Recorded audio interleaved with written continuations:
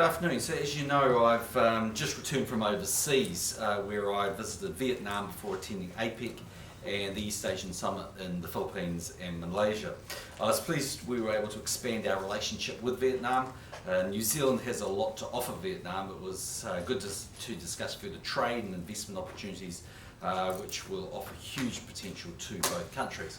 APEC and East Asian Summit provided a number of opportunities for me to meet with other leaders and to discuss a wide range of economic, social and security issues, as you would expect. As you know, my return to New Zealand is unfortunately a short one. On Wednesday I'm heading to CHOGM, Commonwealth Heads of Government in Malta, and then on to Paris for the United Nations Climate Change Conference, COP21, and then to Berlin to see Angela Merkel. In terms of the Climate Change Conference, New Zealand will be pushing for a deal that puts the world on a pathway towards limiting global temperature rise to no more than 2%. While New Zealand's emissions are small on a global scale, we are determined to make a fair and ambitious contribution to the international effort. I'll be making a couple of announcements in Paris on new initiatives to help reduce global emissions. Excuse me. Today we confirm we're on track to help thousands more New Zealanders into their first home. You'll recall that the government doubled support for first home buyers from 1 April this year through the new KiwiSaver Home Start program. Couples buying a newly built home can now receive grants of up to $20,000, and those buying an existing home can get up to $10,000. The new $435 million scheme is expected to help around about 90,000 Kiwis into their first home over the next 5 years. Nick Smith this afternoon issued figures confirming that we're on our way towards achieving that ambitious target. Almost 6,300 Home Start grants were approved for the first home buyers in the 6 months to the 30th of September. That's more than 70% higher than the 3,600 approvals under the old scheme in the previous 6 months. In addition, there were about 2,500 pre-approved grants in the scheme. In total, the government paid out over $24 million in Home Start grants during the 6 months to September. As the figures show, these grants help first home buyers right across New Zealand, not just in the main cities. So this expanded scheme is delivering on its goal of helping thousands of New Zealanders into their first home. The Home Start grants are just one way the government is helping first home buyers. Under new rules from 1 April this year, first home buyers can withdraw almost all of their KiwiSaver funds and put it towards their home deposit. We've also expanded eligibility for the Welcome Home loans, which help first home buyers with only a 10% deposit. In the 6 months to September, nearly 1,200 new Welcome Home loans were approved. One of our main priorities is increasing the supply of land for housing. We're freeing up more land through our 8 housing accords and special housing areas across the country. Dr Smith and Auckland and the Auckland Mayor today confirmed another 9 special housing areas which will provide another 1,100 new homes across Auckland. This takes the total number of special housing areas in Auckland to 106, with the potential for more than 48,000 new homes. We've also taken steps to constrain building material costs, cut compliance costs and improve building sector productivity. New tax measures took place from 1 October this year to ensure people who invest in housing for profit pay their fair share of tax. So the government is continuing to work hard on many fronts to help first home buyers. You will have seen we've announced a public memorial service to be held to remember All Black great Jonah Lomu at Eden Park on Monday. This service will be a public celebration of Jonah's life and the contribution he made to rugby and the numerous charities he was involved with. In addition, there will also be a Pacifica event at the Vodafone Events Centre on Saturday from midday. Once again, I'd like to take a moment to acknowledge the tremendous contribution Jonah made to rugby, his community and to New Zealand, and to offer my condolences to Nadine and Jonah's family. In terms of my activities this week, I'm in Auckland tomorrow and Wednesday before heading out overseas. I don't have a huge amount of time today because I'm catching a flight, but I've got some time for questions. Minister, do you need to now put in place some controls on immigration, given the numbers today, 62,500 net? That's putting huge pressure on those Auckland houses that you talked about. Well, I think it makes sense always to review who's coming in and why, and to consider what options are available. So I'd make a few points. Firstly, today in a way is a day of great celebration because more on a net basis, people came from Australia to live in New Zealand over the last 12 months than New Zealanders that left to go to Australia. And that used to be around about 40,000 Kiwis net were going to live in Australia. What it shows you is we're doing something right in this country. Secondly, if you look at that number, 62,500 net, it's made up of about 120,000 arrivals. Now, if you look at those arrivals, there's a sort of groups that they're made up of. So, for instance, of them, 27,500 of the 120,000 are students coming here. That's an export education business, if you like, that's worth about $3 billion for this country. David says that it would consider perhaps changing the rules around student visas, particularly because they can work 20 hours a week. They can. And we're in an environment where the unemployment rate's going up. Yeah, but for a start off, we make $3 billion out of that industry. That cross-subsidise a lot of education for other New Zealanders. It's great for those institutions. It employs a lot of people that would otherwise not be employed. And yep, some of those young people who come and study in New Zealand do go and work 20 hours a week. Often they're in reasonably unskilled jobs in a lot of cases. They do make a contribution to New Zealand. Actually, we want them in a lot of instances. And our unemployment numbers, they move around for a lot of reasons, but as I said before, we have very high levels of participation in the economy. So that's one thing. The second thing is, of the 120,000, 30,000 were New Zealanders returning from Australia to New Zealand. So if you consider that of the net migration numbers, some we wouldn't want to control. Student numbers I actually think are really important because we're making money out of them. Kiwis coming home we can't control. Australians coming across the Tasman we can't control because of the free labour market. Many that come from the Pacific we don't control because we need a great way because we have a system for that. We're really starting to say who's coming in under the skilled category and who's coming in under the investor category. And in those, they add to our economy. So yes, look, we always review that. There are always some industries that we take off or add depending on the demand.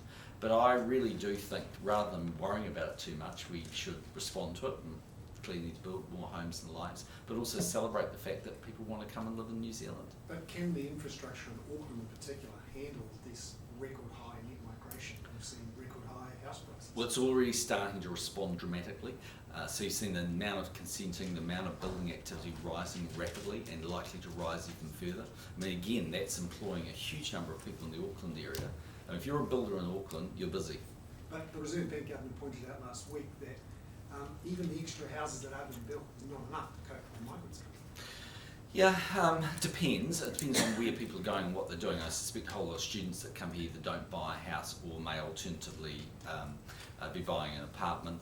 So yes, we need to build more apartments, but there's various parts in the demand curve. We are rapidly increasing the amount of housing that we're building, and as Christchurch showed us, when we get that into equilibrium, house prices do stop rising. Are you worried, you seem to have done a lot of breaking down the numbers. Are you worried that there is going to be a backlash, that the public might start to say, hey, we're not that keen on this number of migrants? Well, I think it's really important people understand what's happening. You've got a lot of returning Kiwis, you've got some Australians coming across the Tasman, you've got a huge number of people coming here to study. I mean, all of those things are either things that we can't control, wouldn't want to control, or things we should celebrate. On top of all of that, you do get people coming in who are just adding to our economy. They come in the investor category and the high skilled category. I mean, look, overall, the alternative to this is net migration, showing huge numbers of people leaving our country. Show me a country which is booming around the world where more people leave it than come to it. The answer is New Zealand is highly placed as a destination that people want to come and live in. Why? Because in a very troubled international environment, as you've seen with the attacks in Paris and the likes, we're seen as safe in a place where our environment, for the most part, is pretty clean. We've got a growing economy. A trade-off, though, with unemployment. Well, I wouldn't get too hung up on that. I mean, our unemployment rate's broadly about the same rate as Australia, but our participation rate is much higher. The reduction in employment in the last quarter, and the quarterly numbers bounce around a lot, was all around part-time employment. It's a bit seasonal. So you don't think the unemployment rate will continue to increase? Well, no, I can't say that because, I mean, there's a variety of different bank and treasury forecasts which show it might move around a bit, but the longer term numbers are still lower. Of course, we'd like the headline rate a little bit lower, but we do have very high levels of participation. the economy is generating a lot of jobs. I think it generated 190,000 jobs in the last 3 years from memory. On On the housing, laundry service, can I just add, Sure. have you any more details on the laundry service? Like how Aye. people are expected, the shape might take the involvement of the family? The cost? So the service is the primary service on the Monday at Eden Park will run from between 1 o'clock and 3 o'clock. I really don't know how many people would turn up, but my expectation is it will be tens of thousands. I mean, I think Jonah was much loved. There'll be a huge number of people that want to come along and pay tribute to him. It's being organised essentially by the family, led I think by John Hart. So there'll be a range of speakers. I'm unfortunately overseas, but I'm just going to go in a moment actually and pre-record a message for that because I wanted to offer a personal message to the family and to pay my respects to Jonah. Largely the costs are paid for by the government, so the Auckland Eden Park Trust Board, I understand, is giving the venue. There'll be some clean-up and other costs that we might have to pick up. We don't know exactly how much it will cost for the government contribution for what is effectively the memorial services, but it's a combination of some catering at the event that'll be at the Vodafone Event Centre and the other costs like stages and things. But I'd put it in the order of sort of hundreds of thousands. That's the likely advice. Probably not more than 300, but probably more than 150. And it's in that category. on housing, does the government support the Auckland Council's moves to change the zoning rules to make Auckland Isthmus, the central area, much more dense, more apartments, more townhouses? Well, it's going through a process, but for the most part, yes, it's clear, I think, for everyone to see that the city needs to go out and it needs to go up. Part of the reason why we support, for instance, the CBD rail tunnel is because that's likely to be a way of actually allowing intensification in the CBD. And development in the CBD is much less controversial than it is in other parts. So everyone knows the points where there's a degree of either pushback, concern, or NIMBYism, you can call it whatever you like, but within the CBD area and in other parts of Auckland, there's not much pushback when it comes to apartments. But in the leafy areas around the CBD, the Remueras, the Parnells, the Mount Edens, is the government in favour or supporting the council's move to increase density? It's on a case-by-case basis and it depends. I mean, Remuera, it's actually quite a lot of apartment building. Parnell, as you probably know, I think is the densest suburb in Auckland actually. It's pretty dense in Auckland, the Parnell area from a housing perspective. So, look, it just depends on what they're building and where. Do you expect the deal that comes out of Paris to actually make a difference to climate change? Yes, I think it'll definitely make a difference. So I went to Copenhagen, as you'll remember, and when we went there, there was really no agreement, there was no communique. If you're going to a conference like that and expecting leaders to sort of nut out a communique on the floor, it's never going to happen. My sense of what's happening in Paris is there's a much greater alignment. When I was at APEC and East Asian Summit, leaders talked about it quite a bit, certainly President Obama. I think over 150 countries are going with their own individual target. What won't happen is you won't get some sort of legally binding agreement which will bind each country. What you will get is each country coming along and saying, this is what we propose to do. And over the next few years, the formation of the rules that those countries will have to comply with as they meet their targets. So I think collectively we are going to do a lot more. It will just take some time though. But how can you expect it to make a difference if countries aren't bound to their targets? They can go along and be like, yeah, you will agree to this, and then go back and do nothing. Well, no system's perfect. So we saw with Kyoto, when people were theoretically bound, Canada pulled out of it. Some countries brought in all these AAUs, which were essentially cheap and free emissions. So from sort of developing Russian states. I mean, it's never a perfect system. I think what you are seeing though is an acceptance by a wide array of countries now though that climate change needs to be dealt with. And I think one of the catalysts for changing that sentiment was the deal that President Xi Jinping from China managed to nut out with President Obama. It happened after the G20 was hosted APEC was hosted in China, and I think that was really important. So you're always going to have some countries that are going to come along, particularly developing countries, and say it's not fair, we shouldn't have to comply. I don't think it'll be absolutely plain sailing in Paris, but I do think you're going to get progress. Just on the Fox Glacier crash on Saturday, do you expect that will have an impact on the wider tourism industry? I certainly hope not. I mean, the tourism numbers today showed how strong they were, well over 3 million arrivals now. For the most part, we've got a pretty good record when it comes to aviation. We've had some accidents. You obviously had the tragedy at Fox Glacier, which was the skydiving accident some years ago that actually picked the day of the first Christchurch earthquake. In the end, it turned out to be an issue with the plane actually, as opposed to skydiving itself. From time to time, you'll have helicopter accidents, but for the most part, if people look at these matters, they'll see that we've made significant changes in recent times around adventure tourism to try and make that industry safer. Something like helicopter trips was already covered under the civil aviation rules, as is some activity on the waters already existing rules around Maritime New Zealand cover it. But for the most part, I think people probably say, look, there are helicopter accidents around the world that happen. New Zealand takes these issues seriously, and hopefully it won't put them off. There was some tightening up. Do you think those regulations have gone far enough in terms of, the onus on providers? In relation to adventure tourism, there's been a reasonably dramatic change because so many parts of the industry weren't regulated. They didn't have audits. There weren't the requirements that are on them now, and the oversight of that by WorkSafe New Zealand. When it comes to helicopters trips, they already were covered, and there weren't changes as a result of what took place in terms of the aviation changes, as I understand it. So I think what will happen here is there'll be the full investigation by TAC. They'll come away and eventually tell us what went wrong and why, and whether there's any learnings to come out of that. There has been criticism to TAG previously in terms of the handling of the skydiving fatalities. Yeah. Do you have faith in them to carry out that investigation? I do. I mean, in so much I didn't do the work. I know there was criticism of the Carlton ballooning or the Fox Glacier skydiving extension, and they went away. But I think Craig Foss actually went and had a look at that and was satisfied actually with the change, the actual recommendations from that. But TAC, I think, is seen as a good institution. It's got the resources. It needs to now go and work out what went wrong. What do you think of Andrew Little heading over to Canberra to speak to Australian politicians and select committees about the rights of Kiwis living over there? Do you think he can make a difference that you haven't through your channel talks? I reckon he's 14 years too late. He should have gone with his Prime Minister in 2001 and not put us in that position. But putting that to one side, look, I've been saying to journalists for some time, you guys are aware that we are working on this issue of pathway to citizenship. Malcolm Turnbull seems sympathetic to what we're saying. Certainly Tony Abbott was becoming more sympathetic to the issue. I reckon we're going to see some progress. I certainly hope Andrew Little doesn't make things worse, because quite frankly, actually, I'm not being stupid about it, but there's movement in the Australian system, but the more they highlight that to Australian MPs, the more pushback you might get, not support.